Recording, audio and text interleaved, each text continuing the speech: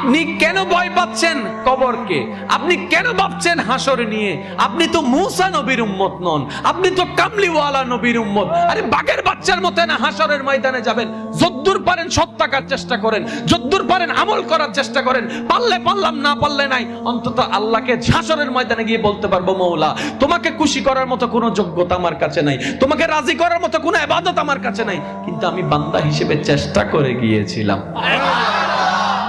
নামাজ পড়ার দরকার নাই, নামাজ পড়ার চেষ্টা করেন। আমি আর কিভাবে জীবনকে সহজ করতে হয় আমার জানা নাই। আমি যত সহজ ভাবে বলা যায় আমি বলার চেষ্টা করছি। আল্লাহকে রাজি করার মতো কোন যোগ্যতা ক্ষমতা আমাদের কাছে আছে? তা আল্লাহরে যদি রাজি করতে না পারি, কবরে যাইলে তো কবরে যাইলে কি মায়ের মায়ের, কবরে যাইলে কি হাসরে গেলে যদি আল্লাহ রাজি না হয়, তা আল্লাহকে রাজি করতে গেলে তো কোটি বছরও পারবো না। সেজন্য দোয়া করবেন, আল্লাহ তুমি রহমান, তুমি গফফার, তুমি সত্তার। তোমার এত বিশাল জান্নাতে আমাকে ছোট্ট একটা জায়গা দিলে কম হবে না? আরো জোরে বলেন না রে ভাই। আচ্ছা, ভিক্ষা কি টাকার কথা আগে বলে না আগে কাহিনী বলে?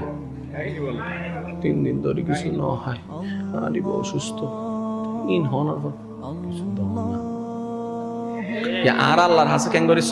আল্লাহ কান সৌরি দো, আল্লাহ কান গিয়া ব্যবসা দো, ওমা আগে বলে কিছু নাই। সেজন্য নবী বলেছেন, যখনই দোয়া করবা, আল্লাহর দরবারে হাত তুলবা, নিজেকে আগে ভিক্ষুক বানাও। আরে জোরে বলেন না রে ভাই, সুবহানাল্লাহ। নিজেকে আগে মনে মনে কি বানাও? ভিক্ষুক বানাও। রহমতের দরবারে ভিক্ষুক হিসেবে দাঁড়াও।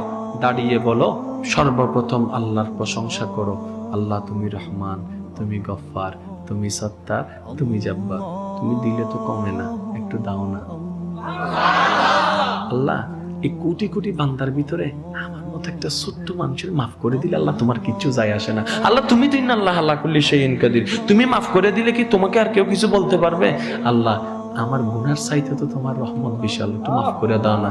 এই কথার চলের মধ্যে আল্লাহ মাফ করে দেয়। আর আমরা কি করি? দাও না, ওগো ফুয়া দাও না। কথা বলেন না রে ভাই। হযরত যতগুলা নবী সন্তানের জন্য দোয়া করেছেন, জাকারিয়া আলাইহিস সালাম দোয়া করেছেন কি? আল্লাহ আমাকে একটা সন্তান দাও।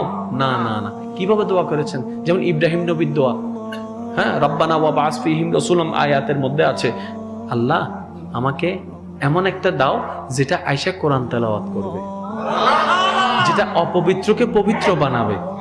কাহিনী বইলা তারপরে বলে যে একটা দাও না। যেটা দিছে সেটা মুস্তাফা হয়েছে। আরো জোরে।